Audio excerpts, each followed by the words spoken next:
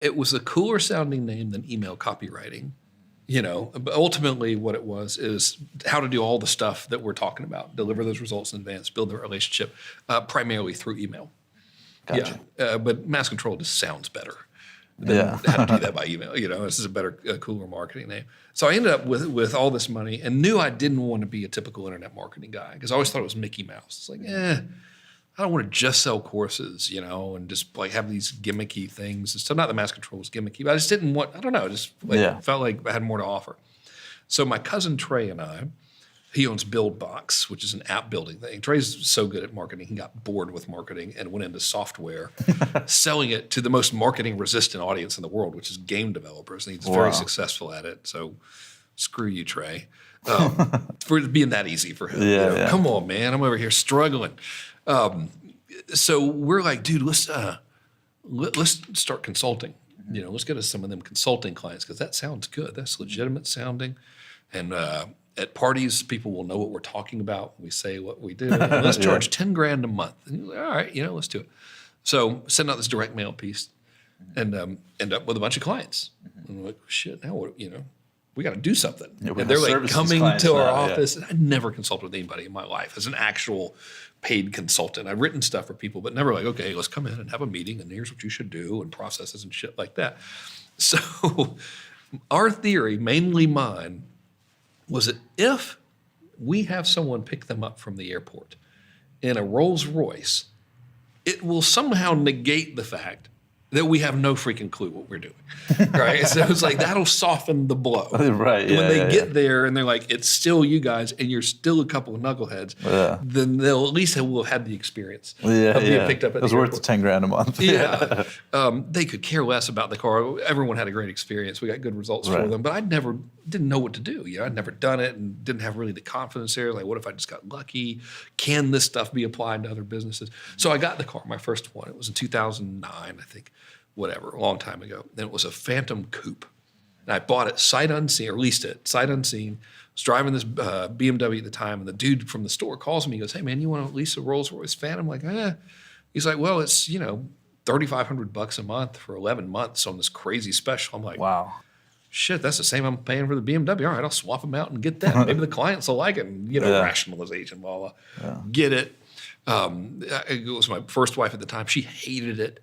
She was like, I'm never going to ride in that. You look like a rapper. And meanwhile, I'm like, this is awesome. I look like a rapper. Totally different. So I'm driving around, long white hair, this thing, listening to Jay-Z, like smoking weed all day. It's going, Charlie Murphy. It was the greatest thing ever. Immediately fell in love with the car. And have had them ever since. That's amazing. But the reason I love them really is, beside them being amazing cars, is my all-time marketing hero is David Ogilvy, and he wrote that campaign for them. And he used to drive to client meetings and wear a cape, which I just can't pull off, dude. I'm not even going to try the cape. But that's why I've got them. And I know there's also a powerful point about the emblem on the car, right? So I'm going to screw it up. The emblem was, I don't think the mistress is the right term, a love interest of one of the partners. And someone had made a painting of her, and the Spirit of Ecstasy was commissioned from that painting to represent his love for her. And so it's still, it's on every car, which is cool. So I'm like, that's awesome. And I know, too, on a separate podcast with Bedros, who's a mutual friend of ours on the Empire podcast, you talked about, too, that Rolls-Royce is able to capture a story and create such a, lead with their intent-based branding, of luxury, sophistication, and class. Can you talk a little bit about, what marketers can learn from the marketing of Rolls-Royce? Dude, their marketing now is really, it's a Rolls-Royce and it's fucking awesome. But it was built, what really built it was just a statement of fact about the car. So if you look at Ogilvy's ad, it's a statement of 13 facts about Rolls-Royce, with zero pretense or anything. So in a world, and so there's a lot to be taken from that, which is number one, just be fucking awesome. Yeah. This is like, you don't have to sell a Rolls Royce. Should I buy it? I don't know. You want to drive it? Guy drives it. Fuck this. How much is it? $600,000. How much can I get for this kidney? I got another one. How much can you give me? Okay, I'll take it. They got to have it. So that sales process works well, but it wasn't always like that. So what ultimately built that brand was ads like Ogilvy's, which were purely fact-based, which just told people, like, here's what the car is, like the car's coated with 3 coats of paint before it ever leaves the factory. Like, I don't have the ad in front of me. If you look at it, I believe it's 11 or 13 pure statements of fact with nothing, which is a big deal because a lot of people who are in marketing, this again comes from that statement I made earlier, which you got new guys copying new guys copying new guys, which means everything's the amazing system that I use to get $50 billion in 20 seconds. What built Rolls-Royce was 13 simple statements of fact about an excellent product. Which speaks true, too, about what you talk about is just be very direct, very simple. Yeah. Now, talk to me a little bit about what you did with Tony Robbins. I'm sure people would be interested. What was it like working with Tony? What's Tony like behind the scenes? And what were some of the campaigns you worked with him on with marketing? Yeah, this is great. So he became fascinated with online stuff. And a friend of mine named Pam Hendrickson worked for him. And so she worked and developed content with Tony for 20 years, I think. So she's the one that got me into a meeting with Tony. And the irony is I moved to La Jolla, California because Tony's office was here. And I wasn't trying to stalk Tony, but my rationalization was, well, shit, if Tony's there, it must be pretty cool. Right, That's what got me to random, like literally chose this city at random from any other city Wasn't in the country. Wasn't he in what he called the Del Mar Castle or something like that? Well, right? at that time he lived in La Jolla. In La Jolla, yeah. But so he did live in Del Mar too. But like I would get like my caller ID in Macon, Georgia, when his office would call to sell me stuff, said La Jolla. Yeah. And Corey Rudel, the guy whose course I bought, also lived in La Jolla. And I didn't know these guys, but I was like, oh, fucking must be La Jolla. Those dudes are there, which is another powerful thing, like that lemming kind of thing. Proximity's power. I wasn't really, didn't have proximity to them, but I was like, okay, I'll do what they do because they want or they have what I want. Right. And so it must be a pretty good place, So I end up in this meeting with him and everybody's there, everyone's nervous.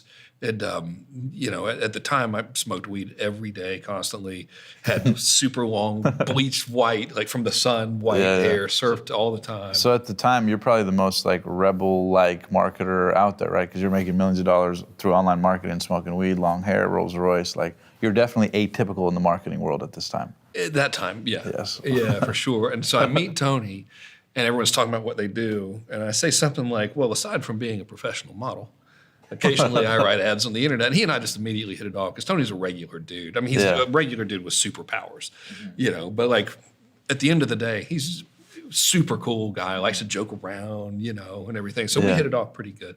And I built some campaigns for him that worked well, but literally doing exactly what I'm talking about doing. So the first one was, it was this product that had been really hard for them to sell. What the heck was it called? I want to say Creating Lasting Change, but I can't remember.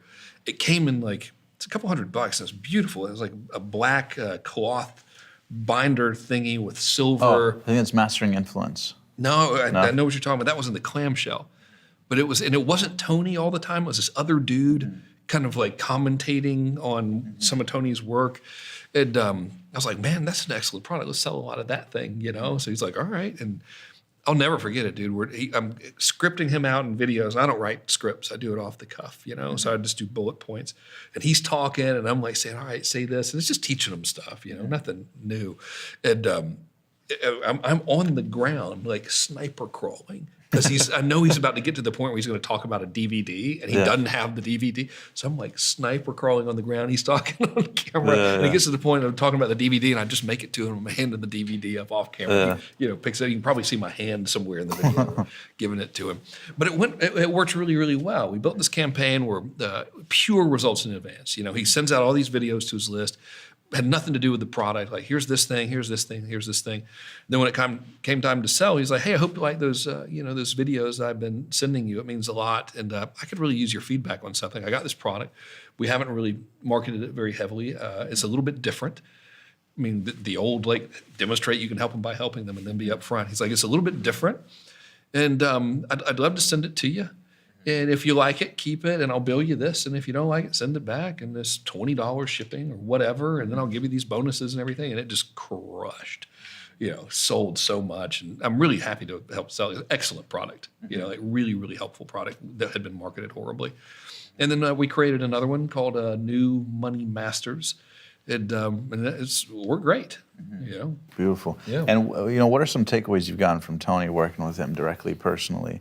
I mean, is the guy really like how he is, you know, on stage versus behind the scenes? Like, is he, you know, cool guy to shoot the shit with? I mean, what was it like off camera with him? Totally cool guy to shoot Yeah, the shit. yeah. I would rather hang out with Tony than work with Tony, you know? Not to say that working with Tony is no fun or anything, but it's like, I would totally, if Tony was like, hey, dude, you know, I got to drive to wherever you want to ride with me, I'd be like, yeah, dude, let's ride for sure. Let's do it. Yeah, because it'd be fun. I mean, you know, he's a good normal, he's not normal, like, you know, he's like 15 people powerful. In one, yeah. Yeah, that is one thing I can tell you about him, is his brain is like 70 normal brains. So one of the interviews we did, it was him and me and John Reese. John Reese, I saw that one. Yes, and so John's like level 50 genius. Yeah. You know, he never talks to anybody. He's like one of the most introverted people ever. Yeah. But if you can talk to that dude, it's like, yeah, you should run the entire world right now. You know, like when he's on, it's like, holy crap.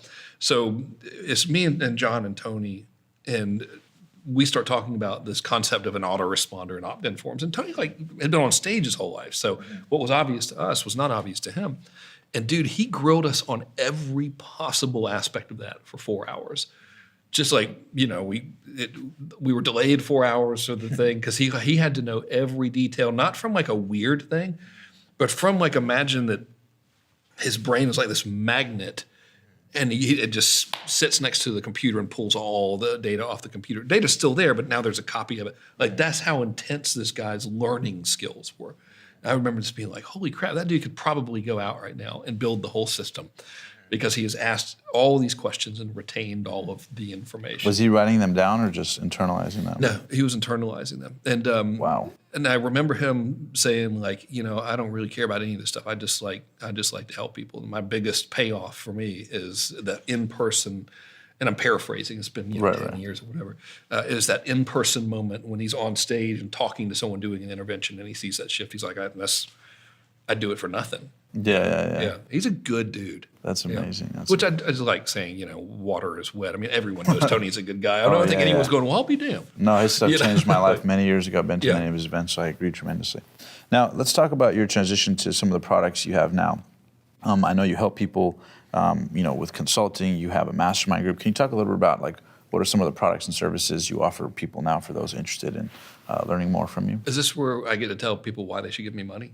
Part of it, yes. I want it, therefore it would be great. I could really use it. I live in California. The taxes are very high.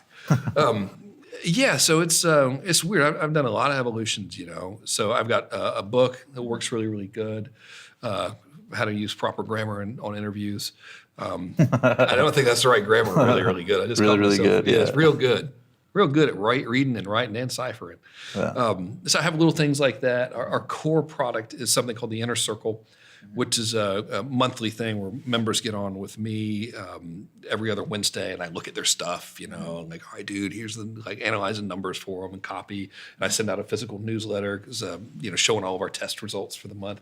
Because I spend a lot of money on testing, always testing new things. It's my job, pretty good job, you know. Yes. better than the old jobs back in the day, huh? It's so much easier than roofing houses.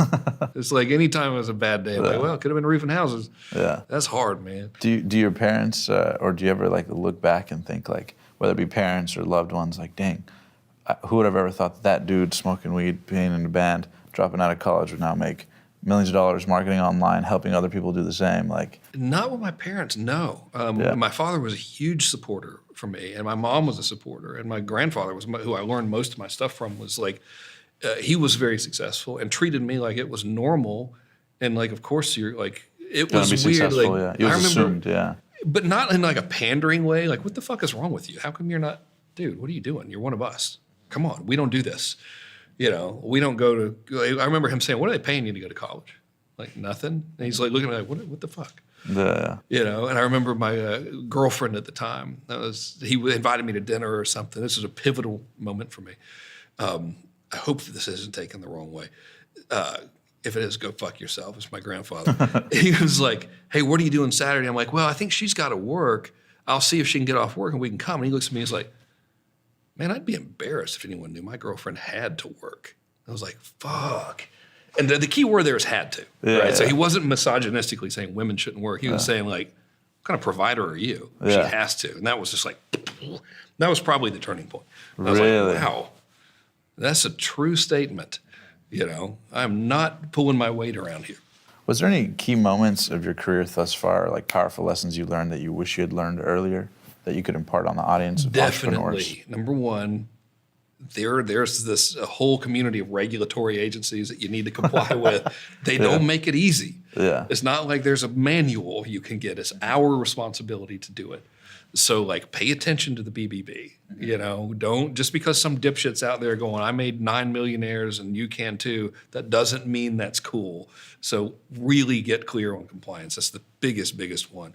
Because when they hit me, I was just some guy in my tool shed. You know, and people are like, oh, I'm too small. They'll never mess with me. No, they're just kind of arbitrary.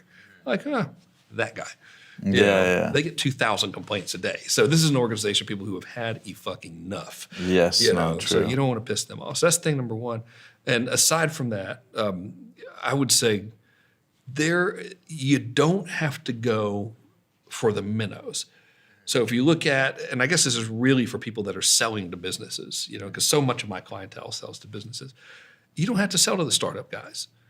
You know, the stuff that marketers know, even if you're just beginning and you've only been doing it a couple of years, you're like, you know more than literally 99.99% of the Earth's population. So anyone that's read like scientific advertising or gone through my stuff or Russell's or whatever and actually watched genuine direct response content for, let's say, 20 consecutive hours, whether it's broken down at once or a week or whatever, you're ahead of most of the Earth's population. And real businesses will buy this stuff if you can help them. And most of the time, they're the easiest to help because they're doing everything terribly, you know, thank God. Right, yeah. They'll buy this stuff in droves. And you and I were talking. I was like, dude, if every marketing guy in the world never slept, we added an 8th day of the week, we all had the greatest ad campaigns and billion-dollar budgets, we could never make a dent in the demand for this stuff. So when I started, I was like, I'm going to sell to beginners because it'll be harder to sell to the more established people. The opposite is true. It is significantly easier to sell to the more established businesses. It's easier to get them results because they have more forward momentum and they'll pay you more.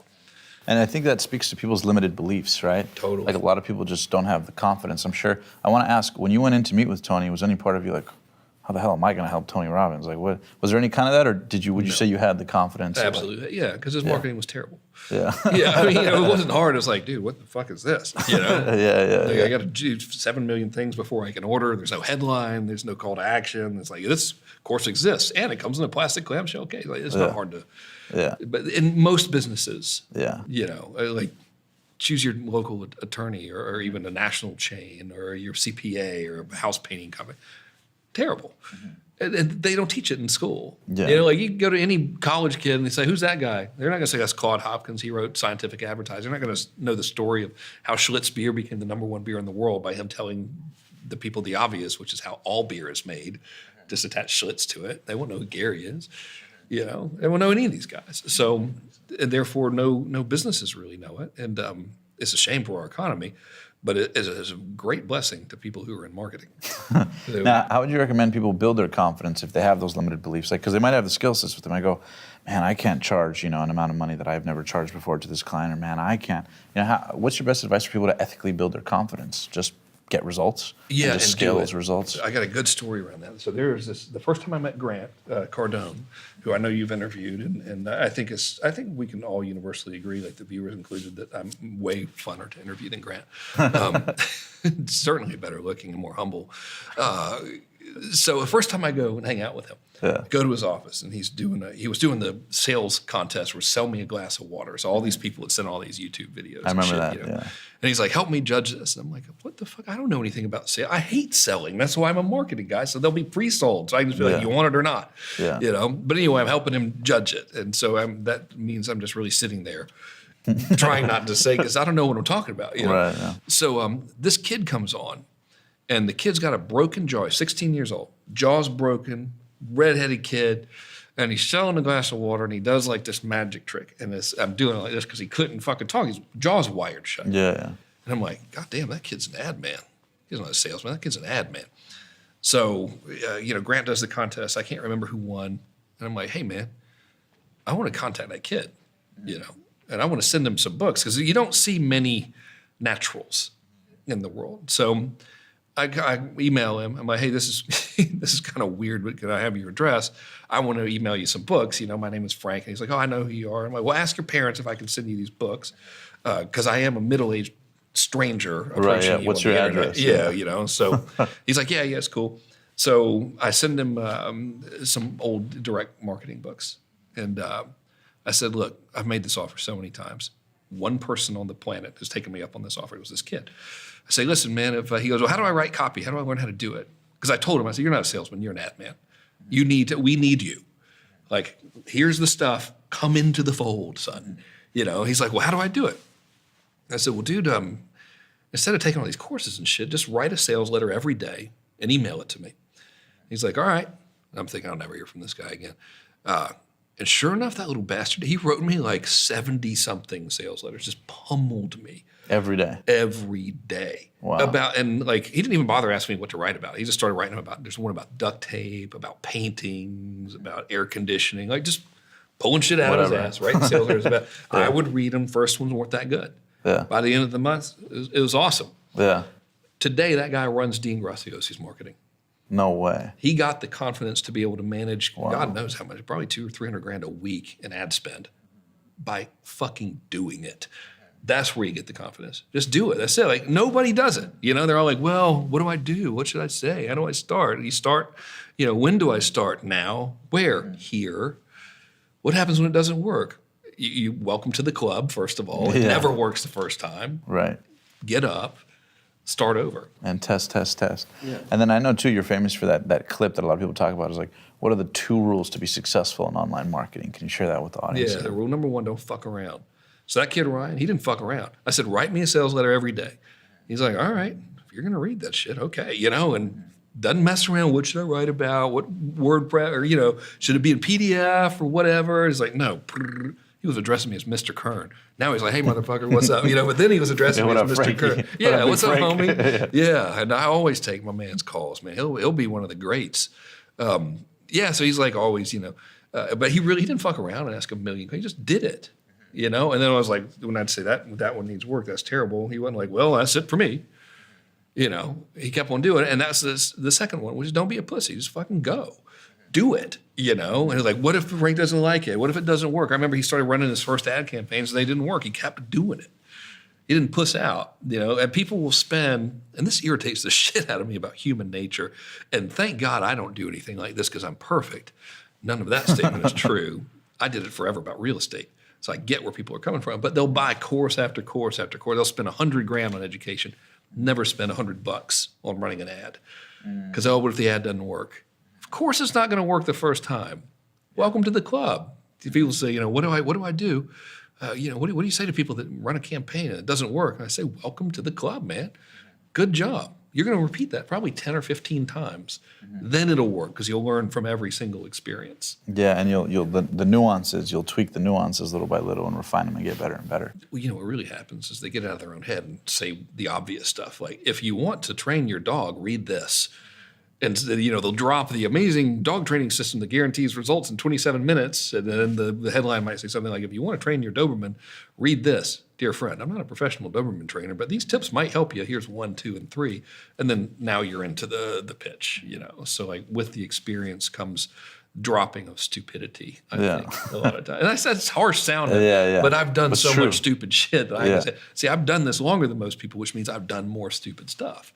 So I can say that, Yeah, hashtag experience right there. Yeah. Now, you're phenomenal at telling stories, and a lot of people know you in the online world as literally one of the best storytellers in online marketing, period. As far as I'm concerned, I think you're the best storyteller in marketing. That was a nice thing to say. Thank you very much. Yeah, absolutely, my man. And I wanna really understand what your model is. I know you say point, story, metaphor, correct? Yep. So can you share with the audience a little bit about how important it is to tell stories? Because stories are what sell, with results, obviously, but stories are what sell more than just facts. So can you share Frank Kern's philosophy on how to effectively tell stories that sell? Well, the easiest way to tell stories is to tell stories, and if they work, keep telling them, and if they don't, tweak them. But no one's going to want to hear that.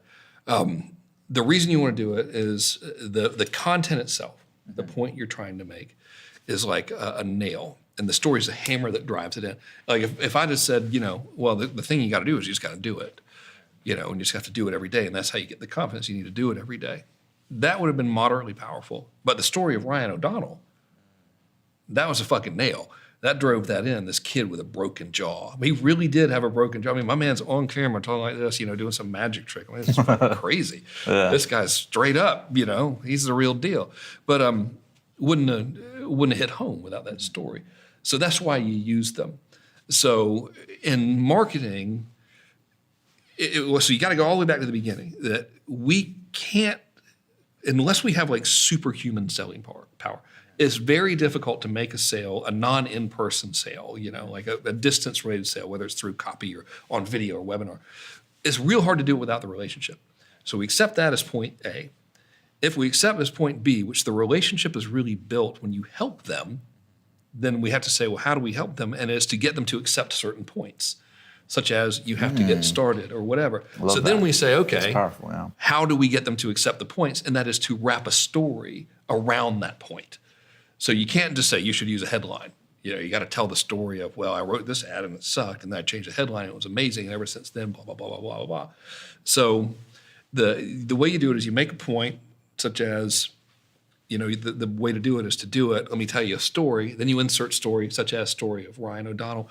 And then the third thing, which is harder to do, and I don't do it every time, is to use a metaphor, which would be like, it's like X, Y, Z. And in the case of Ryan, I'm blanking. I can't think of a metaphor. So you can leave the metaphor out, just point story. Tell a story that illustrates the point. My wife does it beautifully. She talks about how if you focus on past negative experiences, you'll never get anywhere. See, that's the point. Right, so I'll illustrate it best through her illustration, and so she tells the story. So that's her point. Hey, if you hold on to bad shit that happened to you, you're never going to make it anywhere. You're going to be fucked up on this bad shit. It's not going to go over as well. Right. It makes sense to us, but we're dudes. Yeah, it's not going to translate that well. Yeah, so you have to translate that into intelligent person.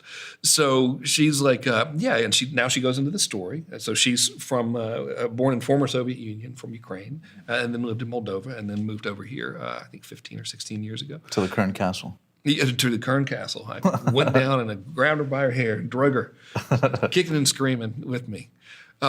So she tells this story about how when she was in school, she wanted to learn English, and she didn't do well in the class, and the lady said, "You'll never speak English."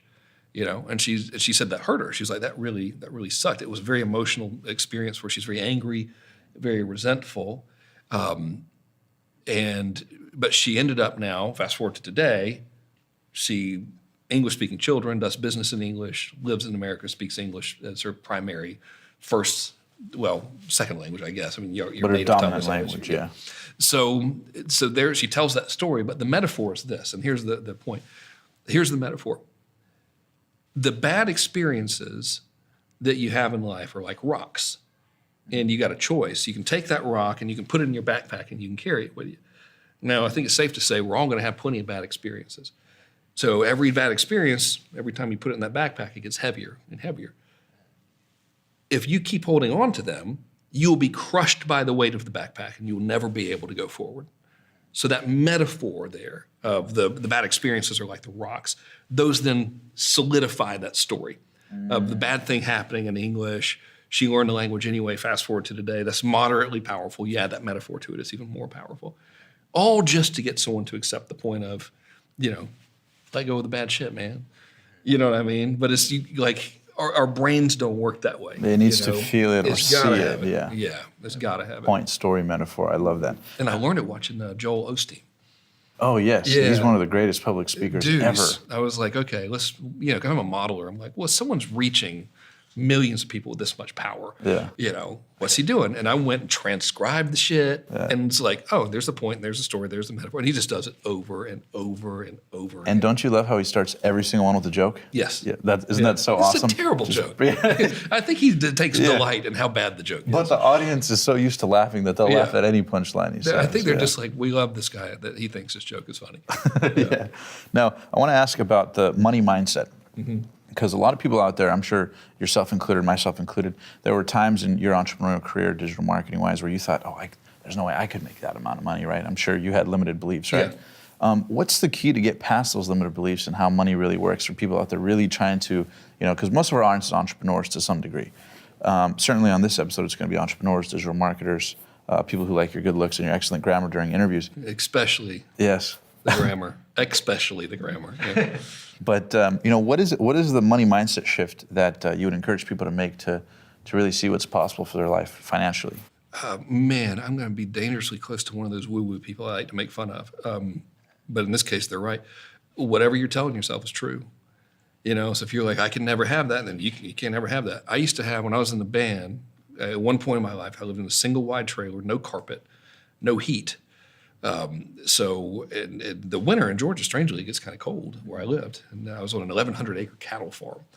And so I would go to the store called Rip Off Rick's, which wasn't a rip-off at all. This is the name of the damn store for whatever brilliant marketing reason. Yeah. Actually, it was the only store in 10 miles. You could call it whatever you wanted. Fuck you, we're open. You'd still go by. Yeah.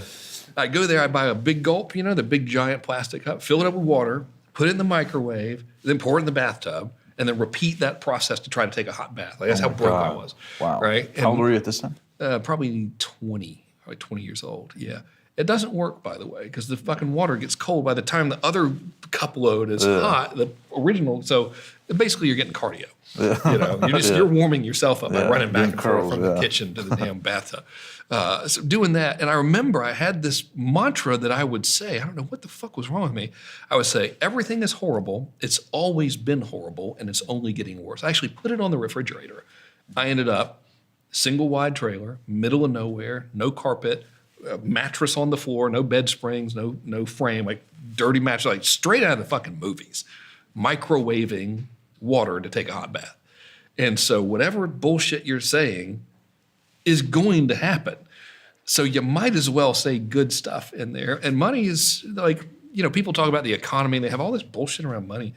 I always say, like, where is this economy you're talking about? Well, the economy's bad. Like, well, let's go down, let's drive down there and fix it. As Jeff Spicoli said, my dad's a TV repairman. I got an excellent set of tools. I can fix this.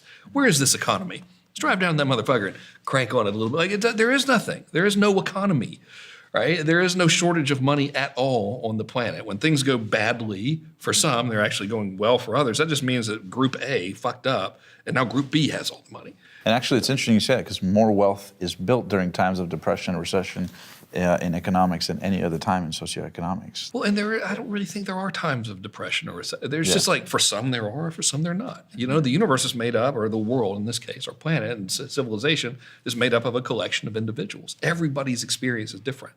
What's happening to them has nothing to do with you.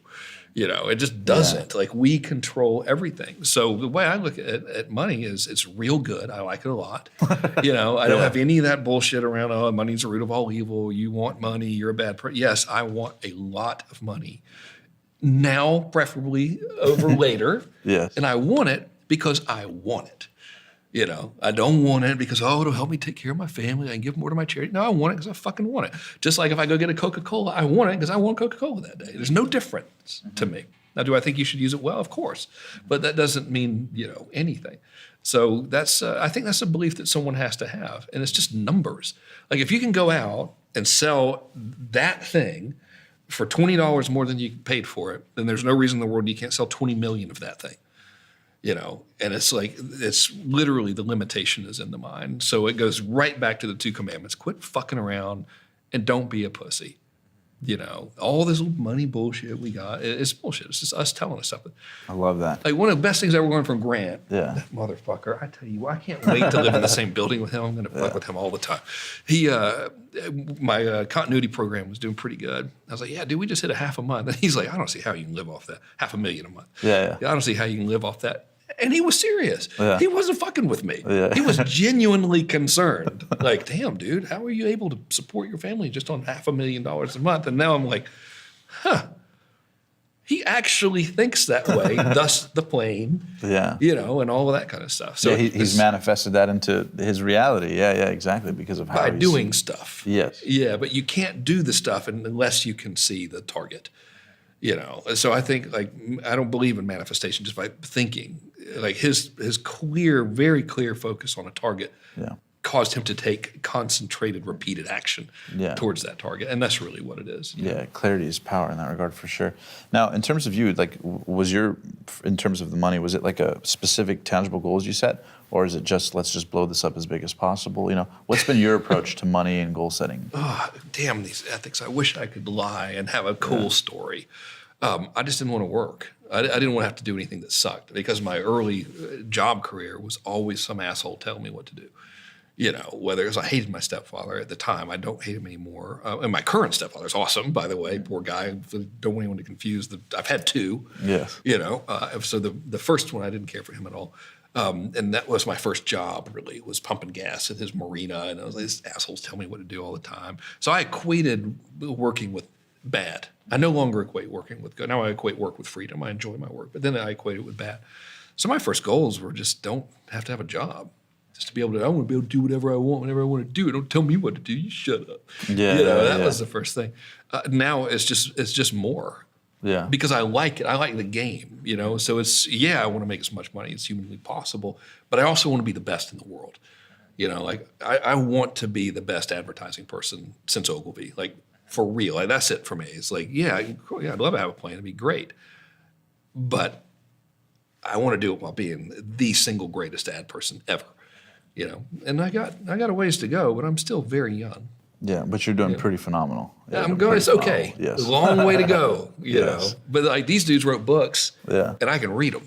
Yeah. And do what they did, and then apply that to modern technology. You know. And then also too, I wanted to say there's one point, and I do want the audience to get this, because I know you have your 2 commandments, which are pretty direct. Yeah. But there's another thing you said, and I love this analogy, and I would love if you could share with the audience about if somebody put a gun to your head and said, hey, you have 24 hours to blah, blah, blah, you know, make this happen. You would figure out a way to make it happen. Can you share a little bit about that analogy, just that metaphor? Because I think it really resonates with a lot of people. I will. You know, and I do it about stuff too, man. So it's like none of what I'm saying, because I will get direct and get in people's faces, but I will do it with the full understanding that I'm just as much of a dipshit as anybody else, just in other areas of life besides this, like fitness. Oh my God.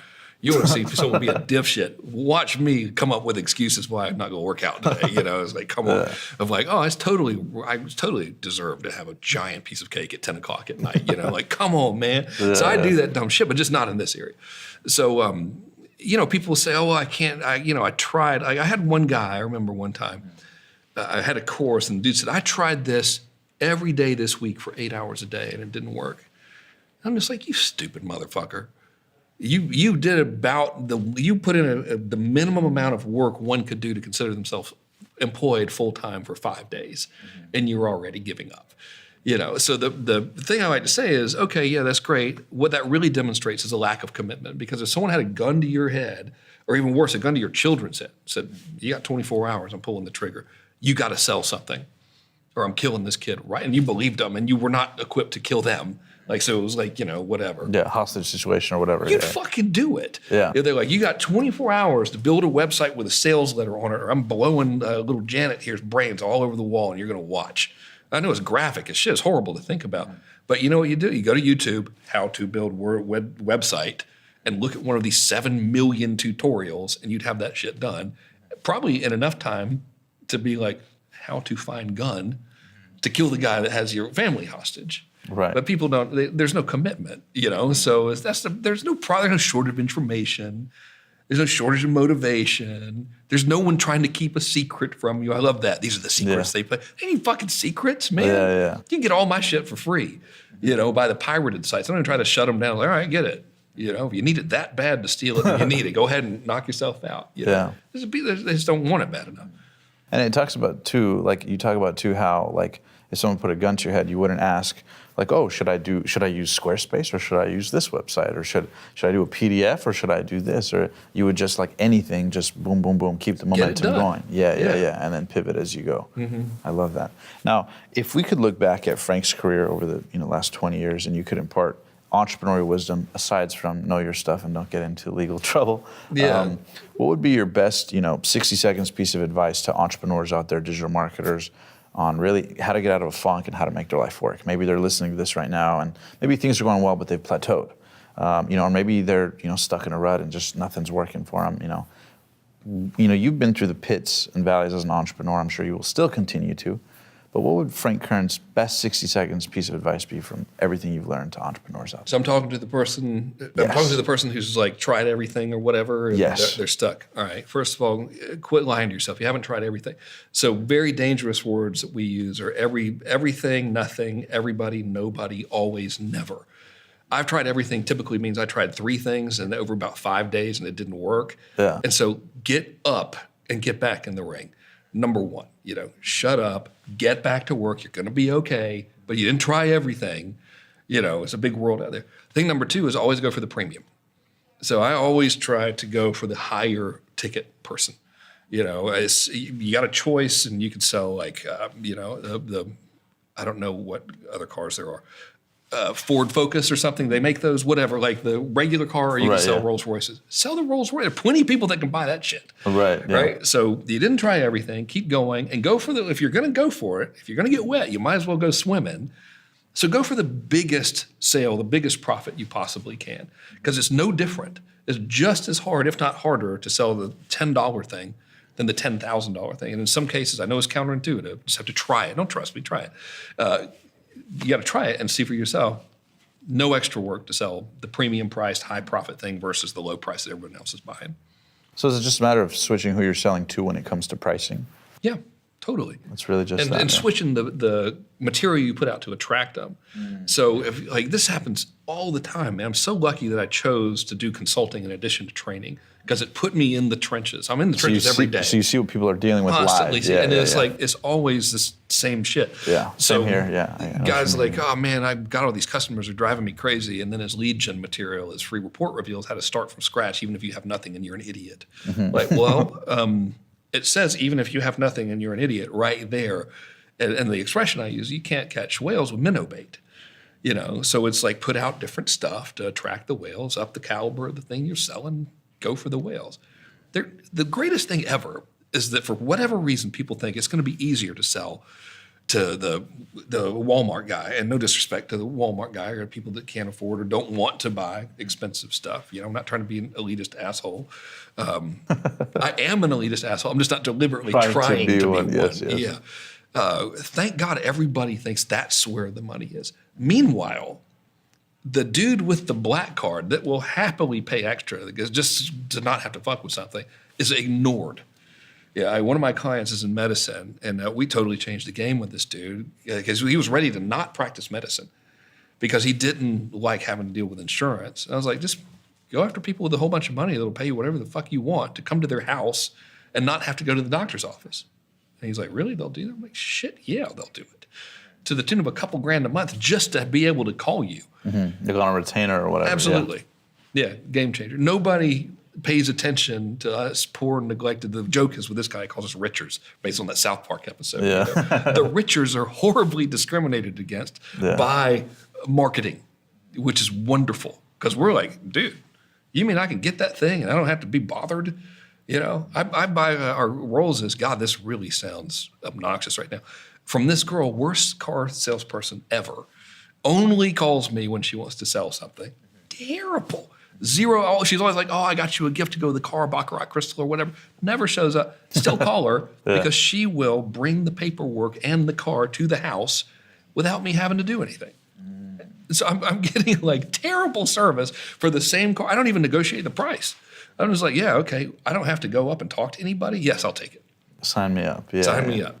I love that. And that's everywhere. That opportunity is everywhere right now. As like people say, oh, there's the middle class is going away.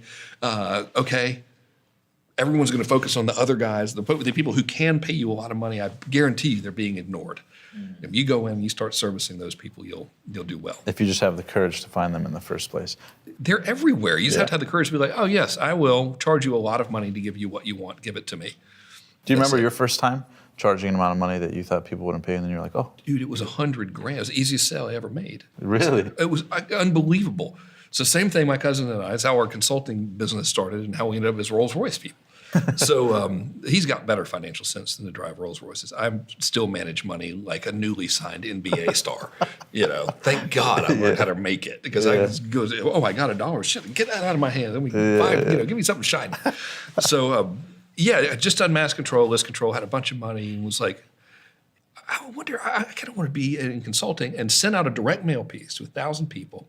And the pitch was, give me $100,000 and 15% of your revenue, and I will release your product for you. I'll do all your marketing and I'll do all of that kind of stuff. And of course it was, you got to have a real business and you can't be a fruitcake. Mailed it out to 1,000 people, direct mail. We got 41 responses back of people saying, okay, within 7 days I had the check for 100 G's. Immediately went to it's O'Gara coach now. Yeah. Immediately went to O'Gara and wrote an $80,000 check for a vintage Ferrari.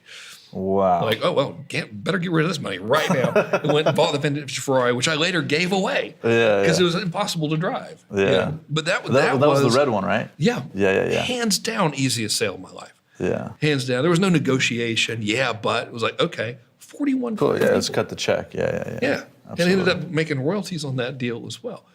And no one would have done that, And I'm like, okay, this isn't going to work, but fuck it. Let's see what happens. Yeah. 41 people. And so we started the 10K a month thing because there's no possible way I could have taken the 40-something people. It's like, it's a lot of work to actually do somebody's. So, oh my God. Worth it. It was a great experience, But then that's how consulting happened because the demand was so high for someone to actually do something. Probably should have charged more. I pulled all of it out of my ass. Should have made it 20%. Totally pulled it out of my ass. It's like, I don't know, $100,000. Nice number. Okay. And they're like, oh, all right. No, and actually, it's funny you say that because I've actually read through your consulting stuff for my consulting business and my team's consulting business, and your other ebooks and your products are phenomenal. So, literally, thank you so much on behalf of the digital marketing community for what you've done and the tons of free value that you give people without ever asking for a penny, which is why you have a lot of pennies. Because I do have a lot of pennies. Because of the tremendous amount of value. So thank you for that. Now, before we wrap up here and we play this game at the end called First Things First, I do want to ask about the Facebook and Instagram strategy that sort of we discussed earlier on a practical level, where you mentioned, it's important to put out, and for people listening, digital marketers, take note, about putting out content, whether it's 1 minute, 5 minutes, I think yours averages around 8 minutes or something like that, and giving out goodwill content and then retargeting the people that actually followed through to the end. So I know we talked about it off camera, but for people listening, just because this is a practical takeaway from people from this interview that they can go act on, aside from, getting your books and, your other free stuff in the description below.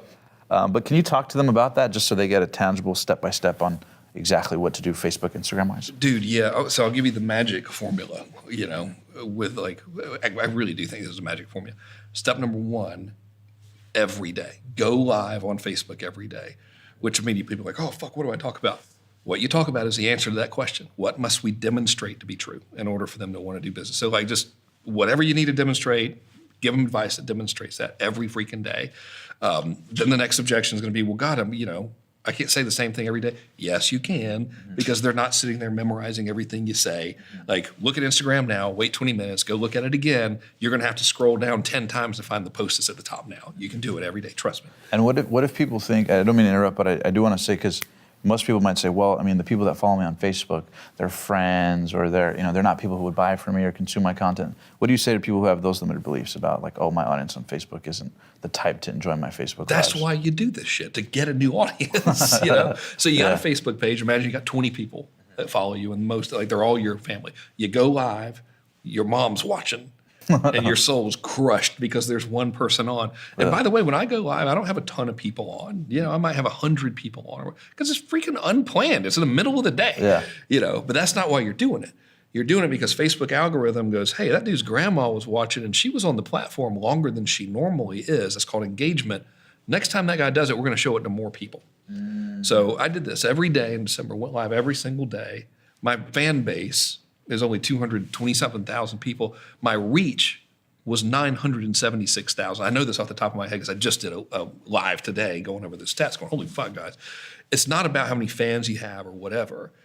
If someone watches, Facebook will start showing your stuff to them more often, and it'll start showing it to people like them, I think. I'm not an expert, really. But I got 200-something, and it showed it to 900-something people, and I made a fuck ton of money. So it's like something worth. And here's what I did. I went live every day, randomly, arbitrarily 15 minutes or so. I didn't plan it. I'm going to go live for 15 minutes.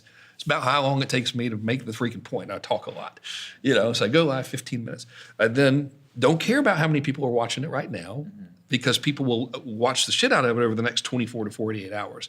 So I'll go live and there'll have been like 200 viewers or whatever. I'll come back the next day, it'll be like 4,000, right? So take the video, download it from Facebook. It's still up there, but you just click on download video, download it, upload it to YouTube. All right, so that's step number one. Now I got it on Facebook and YouTube, so I got two assets working for me at the same time. Then I'll take the audio from some of them and I'll put it in a podcast. And so that's how I podcast. In all of that content, I'm always selling the book or something. So the formula is deliver value, which increases goodwill, and make an offer simultaneously every freaking day. All right, so Facebook, YouTube, podcast, all of them making a pitch every single day, also building that relationship.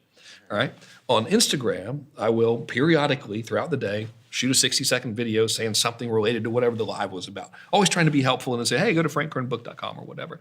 I'll type the URL in the thing on Instagram, even though you can't click Instagram. That's why frankkernbook.com exists. It's easy to remember, right? So like they'll leave and they'll go to frankkernbook.com. They'll hear it on the podcast, so you have a memorable URL, right? And so then I'll select, when I post that to Instagram, I'll say also share to Facebook. So now my 60-second videos also going over to Facebook as well. And then I will make Instagram stories. It's so ghetto, dude. It works so well. Yeah. So I'll once the video's on YouTube, for example, I will have my phone and I'll point it at the computer screen at the YouTube link, and I'll be like, all right, man, I just uploaded this on YouTube. Swipe up and check it out. It shows you these things talking super fast because it's 15 seconds, and that's it. And I'll do that like 2 or 3 times. That's the whole formula. Do that every day for a month. So that's step number one. Don't even spend any money on ads yet. Just do that every day for a month. Go back then after a month. You're welcome. Like imagine 30 days from now when you're counting the money, because it's probably you would have sold a lot of stuff if your other stuff is right. You're welcome. Which is funny because most people will probably do like 1 or 2 Facebook Lives 2 days in a row and be like, oh, shit doesn't work. Yeah, but oh my God, that was 15 minutes at a time. I'm exhausted. I had a guy be like, 15 minutes every, like Facebook Live every day? That's exhausting. I'm like, shut the fuck up and get a job, dude. Like seriously, 15 minutes? Fuck you. Yeah. You're not in business. Yeah. You're a fucking jerk off. Get out of here. Yeah. Of course, I didn't tell him that to his face. He probably could have beat me up. But I can say it now because he's probably not here. Yeah. But I was just like, come on, man. Yeah. Quit making excuses. So at the end of your 30 days or whatever, you go back and look at all the shit you put out, and the ones that got the most engagement, you run those as ads. So you just show them as video ads, and you run it's called an engagement ad on Facebook. And you're not trying to, you make an offer in the thing, but it's not a conversion ad or whatever. Right, you just want people to watch it. And then if they watch it, they're put in a separate audience, and that audience gets more content. And then it gets, honest to God, real live, go buy my stuff ads, with the image and the copy and your typical Facebook stuff. And that's, in a nutshell, that's the whole formula. That last little piece, though, of turning the stuff that got high engagement into an ad, that's how you take the brand and build it huge. So we got, I can't remember, my email list is like 70-something thousand. It's nothing. My Facebook audience, not followers. Followers are bullshit. It doesn't matter. It's a make-believe number now, But the audience of people who have consumed my stuff is now well over 1 million. So now I've got that relationship with well over 1 million people because I do that. I run those videos and then keep retargeting them with more videos and offers simultaneously. And that's how you build the brand. So when you do that and it works, you're putting $1 into the advertising, you're getting more than $1 back, and you're building your audience at the same time that you can retarget. So it becomes a self-perpetuating freaking cycle of goodness. Yeah, and you're all not built on goodwill. Exactly, and you're not wasting money, time, or ad spend on creating content that doesn't convert because you've already tested it for free on lives. That makes sense. Yep. Very cool. Works great. All right, my man. Well, thank you so much, Frank. Now, before we wrap up, Is this the part I have to take my shirt off? Because I'm still a little, I don't think anyone's going to like it. It's gross. Well, this is the part, actually, this is really good. So this is the part where we play a game called First Things First. We played this with Grant and Elena Cardone. I thought we just played that First Things First. That was No, not yet. Oh, okay. Yeah. All right. First Things First is basically a game where I rifle off 10 words or phrases, and then you tell me the first word or phrase that comes to mind. Does that make sense? Boobs. So it's like a relation game. What? Food. So I'm going to rifle off 10. You tell me the first word or phrase that comes to mind. Ready? Boobs. Okay. The only rule is that you can't repeat yourself twice. Food. All right, so ready? Yes. First word. Marketing. Fun. Sales. Fun. Can't repeat yourself twice. Damn it. Enjoyable. Yeah. Money. I'll say money. Yeah. Okay. That was actually my next one. Money. Good. Obstacles. Temporary at best. Limiting beliefs. Stupid. Your past. Gone. The future of online marketing. Who knows? Good. I can't say good. Great. Yeah. The key to building powerful relationships with your customers. Goodwill. Frank Kern. Fun. Damn it, can't say fun. Nice. Yeah. Your wife. Perfect. And then last one, you ready? Yeah. Frank Kern's legacy. I can't say goodwill again. Helpful. Yeah, I always try to say, if people say, how do you want people to perceive you? Helpful and friendly. That's it. Well, thanks so